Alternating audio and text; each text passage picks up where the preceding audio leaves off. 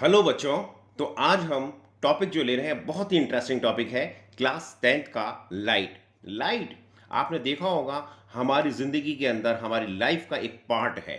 अब हम ऐसे सोचते होंगे कि जब लाइट नहीं होगी, मतलब एंशियंट टाइम में, काफ़ी सालों पहले जब लाइट नहीं होगी, लाइट से मतलब अब आप मेरे को मैं जो समझाना चाह रहा हूँ, लाइट तो ऐसे तो थी जैसे सनलाइट थी, मशालों से लाइट जलती थी, रोशनी होती थी। लाइट इन द सेंस जो आज अपन फील करते हैं, मतलब कैसे लाइट जो अपन आज फील करते हैं कि जैसे लाइट ऑन करी इलेक्ट्रिसिटी वाली, ठीक है ना। लेकिन हम ओवरऑल बात कर रहे हैं आज। लाइट जो टॉपिक आ रहा है उसमें सनलाइट मतलब सारी लाइट आ रही है, सिर्फ हम इलेक्ट्रिसिटी वाली नहीं कर रहे हैं। तो चालू करते हैं अपना टॉपिक। तो लाइट है क्या? लाइट है, it is a form of energy. तो लाइट है, it is a form of energy which enable us to see, जिससे कि हम देखते हैं। नेक्स्ट आता है प्रॉपर्टीज ऑफ लाइट। तो जो प्रॉपर्टीज ऑफ लाइट है बहुत ही सिंपल है, बस हमको समझने की है। कैसे समझेंगे? फर्स्ट है कि it travels in the straight line, यानी सीधी चलती है। Second, it does not require any medium to flow. ऐसा जरूरत नहीं है कि कोई पर्टिकुलर मीडियम होगा तो ही फ्लो करेगी। नेक्स्ट है it has dual nature. Dual का मतलब पार्टिकल एंड वेव दोनों फॉर्म होंगे।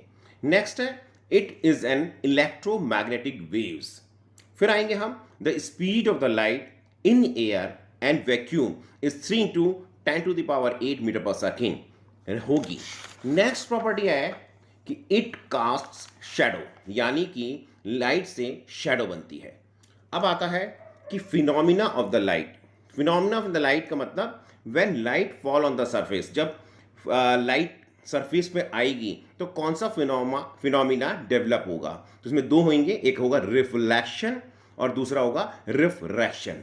तो अभी हम बात करते हैं रिफ्लेक्शन के बारे में कि व्हाट इज रिफ्लेक्शन।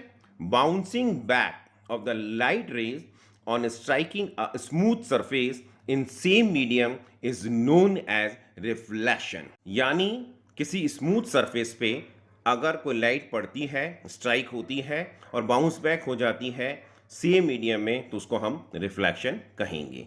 अब आता है लॉ ऑफ रिफ्लेक्शन कि रिफ्लेक्शन के क्या लॉ हैं। तो it can be understood in this way, जैसे आप डायग्राम में शो कर रहे हैं, हम बता रहे हैं पहले जो रिफ्लेक्शन के बारे में। जैसे कोई मिरर है और मिरर के अंदर एक तरफ से लाइट गई जिसको हम इंसिडेंट रे कहेंगे, और जो रिफ्लेक्ट होकर के मतलब स्ट्राइक होकर वापस जा रही है उसको हम रिफ्लेक्टेड रे कहेंगे।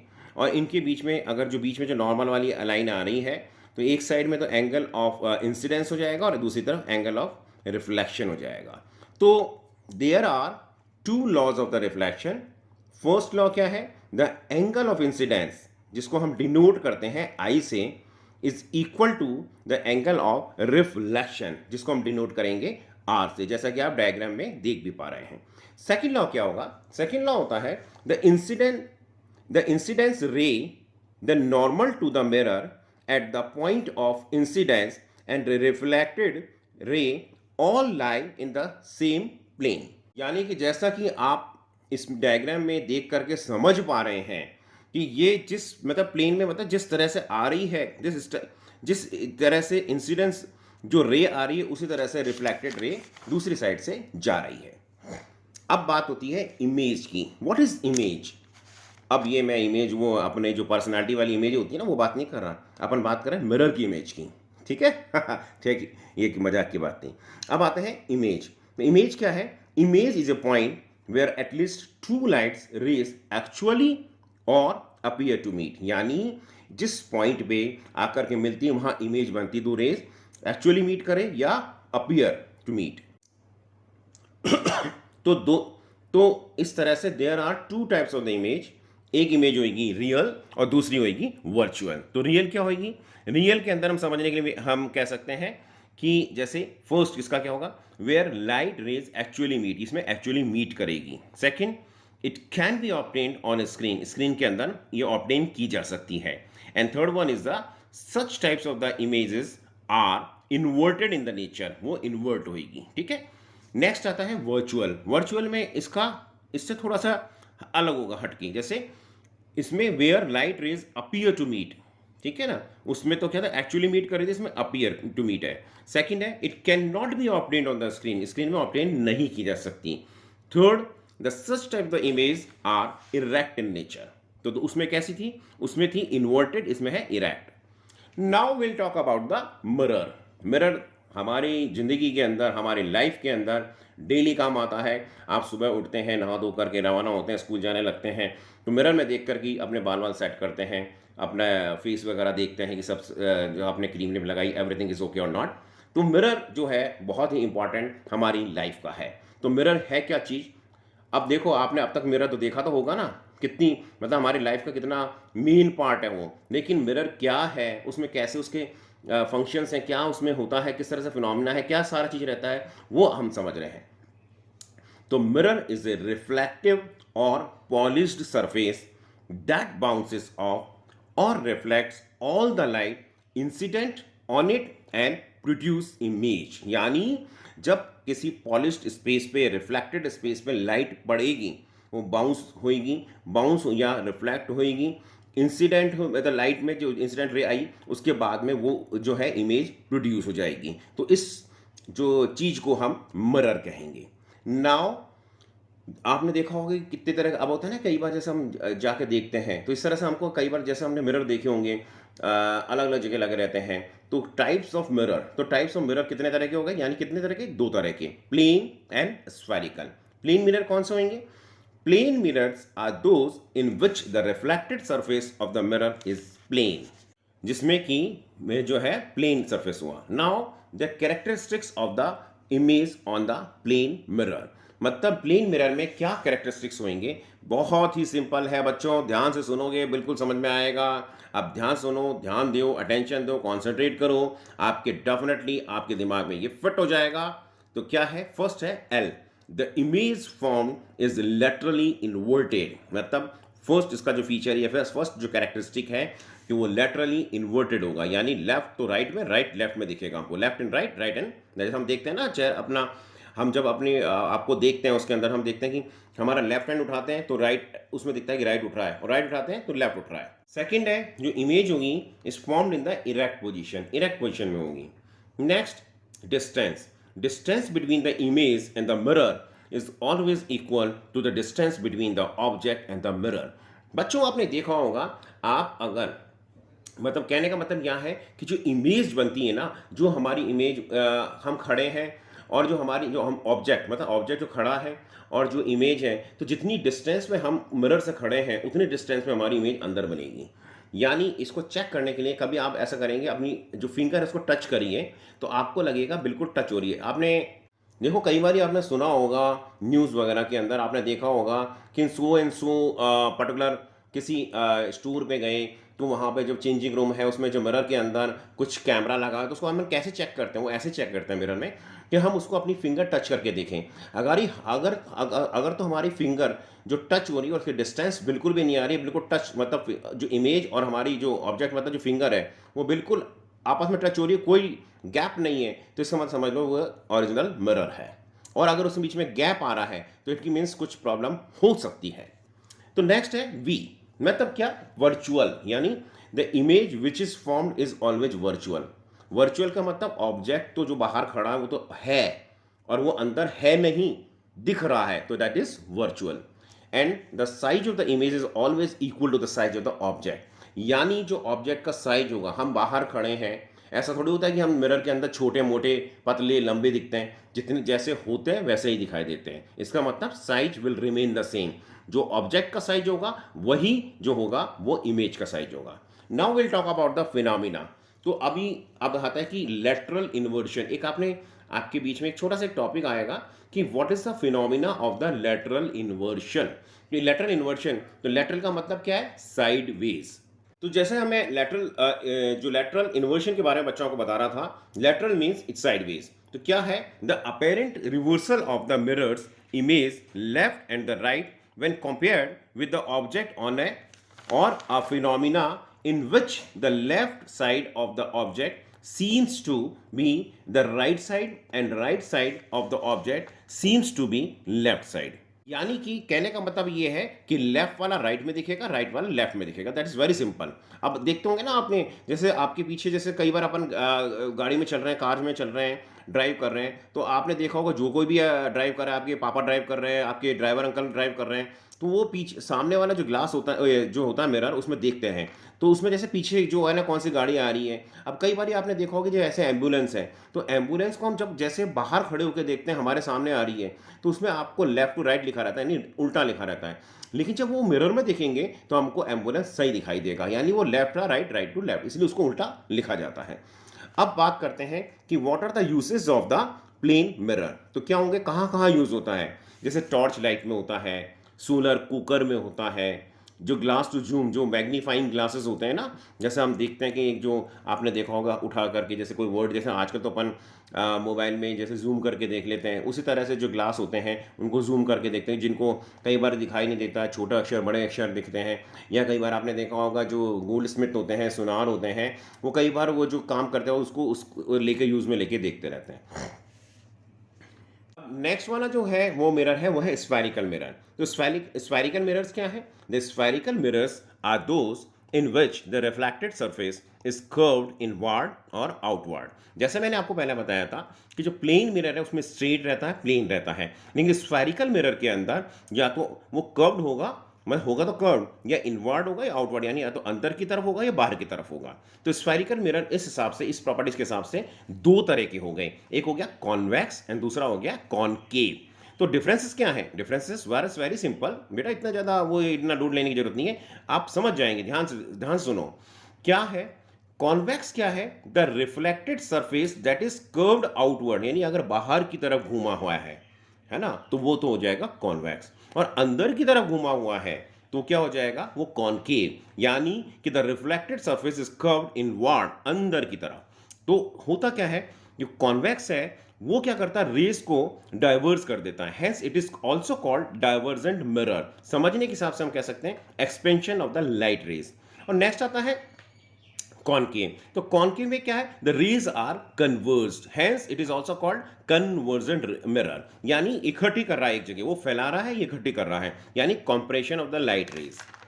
अब जैसा मैं आपको एक ये मिरर की इमेज आप देख करके समझ पाएंगे, इसको देख करके सारा बताया है, इस डायग्राम को देख लीजिएगा।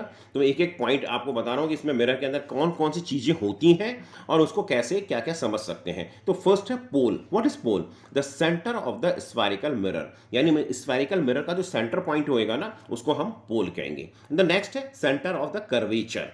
ये क्या है? That is a mid point of the spherical mirror. Confuse मत हो गए आप बेटा, कंफ्यूज मत होना। देखो इस पर का ये दोनों दोनों में डिफरेंस है। सेंटर जो है ना वो स्फेरिकल मिरर, उसको पोल कहेंगे, और मिड पॉइंट को हम, जो स्फेरिकल मिरर को, उसको हम सेंटर ऑफ कर्वेचर कहेंगे। अब आता है नेक्स्ट फोकस। तो फोकस क्या है? That is a mid point of the pole and the centre of curvature. जो पोल है ना, देखो आपको दिख रहा है इसमें इमेज में, पोल और सेंटर ऑफ कर्वेचर का जो सेंटर में जो पार्ट आ रहा है, पॉइंट आ रहा है, उसको हम फोकस कहेंगे। नेक्स्ट है principal axis, the line touching the focus and the pole centre of curvature. तीनों को टच करके लाइन निकल रही है, उसको हम जो है प्रिंसिपल एक्सिस कहेंगे। नेक्स्ट है फोकल लेंथ। ये फोकल लेंथ क्या है? फोकल लेंथ क्या है भाई? Distance between the focus and the pole.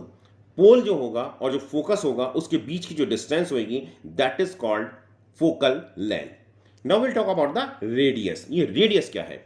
Distance between the pole and the centre of curvature, यानी सेंटर और कर्वेचर और पोल के बीच में जो डिस्टेंस होगी उसको हम रेडियस कहेंगे। अब नेक्स्ट होता है aperture. What is aperture? The reflecting surface. ये आप देखोगे ना इसमें तो रिफ्लेक्टिंग सरफेस, जो सरफेस दिखाई देगा जो एक पॉइंट से दूसरे पॉइंट तक, उसको हम अपर्चर कहेंगे। अब आता है कि what is the relation between the radius and the focal length. तो इसका एक फॉर्मूले के हिसाब से हम समझ सकते हैं कि radius equals to 2 into the focus, यानी r equals to 2f। Now what are the rules of the concave mirror? Concave mirror के रूल्स क्या हैं? तो there are 4 rules. First rule क्या है? Rule 1, an incident ray which is parallel to the principal axis is reflected through the focus. इस diagram को देखिए और समझिए, इससे आपको पूरा आइडिया लग जाएगा कि जो इंसिडेंट रे आ रही है तो वो फोकस में से होकर के निकलेगी। नेक्स्ट आता है rule 2, an incident ray through focus after reflection it will parallel to the principal axis. जैसा डायग्राम में देख के समझ में आ रहा है कि इंसिडेंट अगर ये फोकस में से जाती है तो वो जो है बिल्कुल प्रिंसिपल एक्सिस के पैरेलल चली जाएगी। रूल 3 कहता है कि an incident ray pass through the center of curvature is reflected back on the same path। जैसा डायग्राम में दिख रहा है कि अगर सेंटर ऑफ कर्वेचर में से होके जा रही है तो वापस उसी पाथ में रिफ्लेक्ट होके आ जाएगी। और रूल 4 कहता है कि जब इंसिडेंट रे है वो पोल की तरफ आती है, पोल पे टच करती है, तो सेम एंगल बना के दूसरी साइड चली जाएगी। यानी incident ray pass on pole is reflected by making the same angle. Diagram में देखें और आप अच्छा समझ सकते हैं।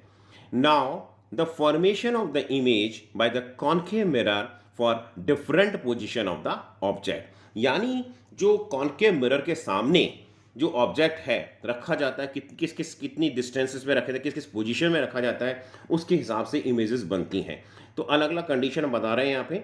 There are 6 conditions. तो फर्स्ट है condition number 1, when object at infinity, यानी जब ऑब्जेक्ट इन्फिनिटी पे रखा गया है तो क्या होगा, position of the image on the focus जो होगी, पोजीशन जो इमेज बनेगी वो फोकस पे बनेगी। Image will be real and inverted, यानी रियल होगा और इन्वर्टेड होगा। थर्ड वन होगा इमेज विल बी स्मॉल, यानी छोटी होगी। देखो आप डायग्राम में देखने से समझ में आएगा। नेक्स्ट है condition 2, when object is beyond the centre of curvature, यानी जो इमेज जो ये ऑब्जेक्ट है जब वो सेंटर ऑफ कर्वेचर से पीछे की तरफ होगा तो उसमें कैसा बनेगा, image will be in between the centre of the curvature and the focus and image will be real and inverted. Third one, the third condition is when object is on the center of curvature, यानी जब object को centre of curvature पर रखा गया है तो उस condition के अंदर image will be formed at the centre of curvature, तो वही जो है सेंटर ऑफ कर्वेचर पे ही बनेगी। Image will be real and the inverted, real होगी, इन्वर्टेड होगी, and the size of the image will B same of the object, जितना object का साइज होगा उतना ही साइज इमेज का होगा। और कंडीशन नंबर 4 में आता है कि when object is in between centre of the curvature and the focus, यानी सेंटर ऑफ कर्वेचर और फोकस के बीच में अगर ऑब्जेक्ट है उस केस में the image will be formed beyond the centre of the curvature, यानी सेंटर ऑफ कर्वेचर के बियॉन्ड बनेगी। Second, image will be real and the inverted होगी, and the size of the image will be larger than the object, यानी object से बड़ी होगी। Then अब condition number 5 देखिए आप, when object is on the focus, यानी ऑब्जेक्ट को फोकस पे रखा गया है, तब क्या होगा, तो क्या होगा, इमेज जो बनेगी वो इन्फिनिटी पे जाके बनेगी। क्या होगा, image will be formed on infinity, image will be real and inverted, and the size of the image will be very large than object. Condition number 6, condition number 6 में क्या है, when object is in between focus and the pole, यानी pole और focus के बीच में अगर object आ जाता है तो उस कंडीशन के अंदर आप देखो इमेज में भी, ठीक है, सॉरी डायग्राम के अंदर भी, कि image will be formed beyond the mirror, मतलब मिरर के बहुत ज़्यादा आगे जाके बन रही है, बियॉन्ड मतलब पीछे की तरफ बन रही है। Image will be virtual and erect, and the size of the image will be larger than the object, यानी ऑब्जेक्ट से काफ़ी बड़ी रहेगी। अब आता है what are the uses of the concave mirror. Concave mirror के क्या क्या काम आ सकता है, ये टॉर्च लाइट में भी आता है, the headlight of the vehicles आता है, search light and the focus light में आता है, शेविंग मिरर में आता है, सोलर फर्नेसेस में आता है। जो आपने कई बार देखा होगा, आप जनरली कई बार होता है ना घर में पापा मम्मी या दादा दादी कहते हैं अरे मेरे दांत में दर्द हो रहा है, अब वो दांत में दर्द होता है, आप जाते हो डॉक्टर के पास में यानी डेंटिस्ट के पास में गए, तो आपने देखा होगा अक्सर कि छोटा छोटा सा कुछ एक एपरेटस यूज़ में लेते हैं, उसके अंदर आगे छोटा सा जो है ना मिरर टाइप लगा रहता है जिससे कि टूथ जो है बड़ा दिखाई देता है, तो वो जो होता है ना, वो जो मिरर है वो कॉनकेव मिरर ही होता है। Now what are the rules of the convex mirror? So there are 4 rules of the convex mirror. Rule 1, an incident ray parallel to the principal axis of a convex mirror appear to diverge from the from the focus point। मैं समझता हूँ आप diagram को देख करके समझ पा रहे होंगे मैं क्या कहना चाह रहा हूँ। नेक्स्ट है rule 2, an incident ray directed towards the focus of the convex mirror will parallel to the principal। जैसा कि आप देख पा रहे हैं, यानी कि जब रे आ रही है फोकस की तरफ तो वो रिफ्लेक्ट होकर के प्रिंसिपल एक्सिस के पैरेलल चली जाएगी। नेक्स्ट रूल 3 कहता है कि N incident ray directed towards the centre of the curvature reflects back on the same path. यानी अगर वो सेंटर ऑफ कर्वेचर की तरफ आएगी तो रिफ्लेक्ट बैक हो जाएगी सेम पाथ में। नेक्स्ट है rule 4, an incident ray directed towards the pole reflects with the same angle.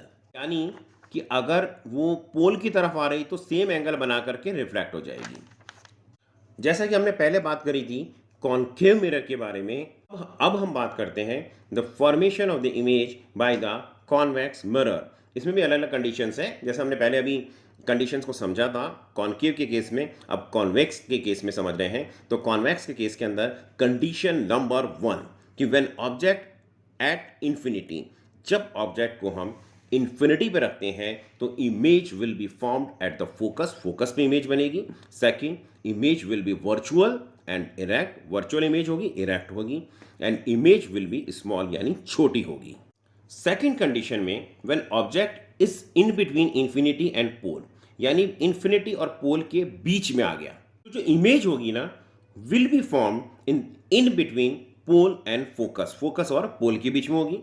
Image will be virtual and erect, और जो साइज होगा वो the size of image will be smaller than the object, यानी जो size होगा ना वो object से छोटा होगा। अब बात करते हैं इसके ये किस काम आता है, कॉन्वेक्स मिरर के क्या यूज हो सकता है।